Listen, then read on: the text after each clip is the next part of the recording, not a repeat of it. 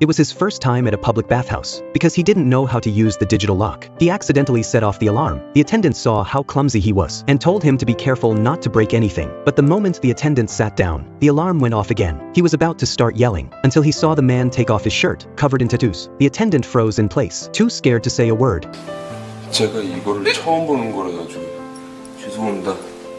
In Korean gang culture, the more brutal the tattoos, the higher the man's rank in the underworld. Also shocked by the tattoos were Mike and his crew of punks. When Mike saw his crush Haiju walking down the street with Jack, eating snacks together, jealousy boiled over. He kicked Jack to the ground, then dragged him into an abandoned warehouse. The gang started beating him up. Even as they attacked, Jack never fought back. He just protected his head with his arms. In the struggle, someone ripped his shirt, revealing a full-back dragon tattoo. The cocky punks all froze, afraid they just messed with a real gangster. Jack quietly fixed his torn shirt, said nothing, and walked away. But no one knew that this timid-looking man was once a feared mob boss 10 years ago. With nothing but his fists, he took over the local underworld. During a brutal brawl, he lost control from drinking and accidentally killed a rival thug with a knife. That one mistake landed him in prison for manslaughter. While serving his sentence, Jack changed completely. The mother of the boy he killed, Deokja, came to visit him soon after. Jack thought she'd hate him, but surprisingly, she forgave him, even took him in as a godson, and gave him a notebook. She told him to reflect, write down regrets and dreams. That act of motherly love and forgiveness lifted a huge weight off his heart and gave him hope for the future. He worked hard in prison, learning to control his temper. That notebook became his only light in the darkness, filled with all the things he wanted to do after release. 10 years later, Jack was finally granted parole. He returned to the small town he once knew, but everything felt different. The first thing he did was visit Deokja. She was overjoyed to see him again. She had long since accepted Jack as her own son and prepared a feast to welcome him home in front of her daughter Haiju. She even fed Jack by hand. Haiju was furious. She rarely saw her mom this happy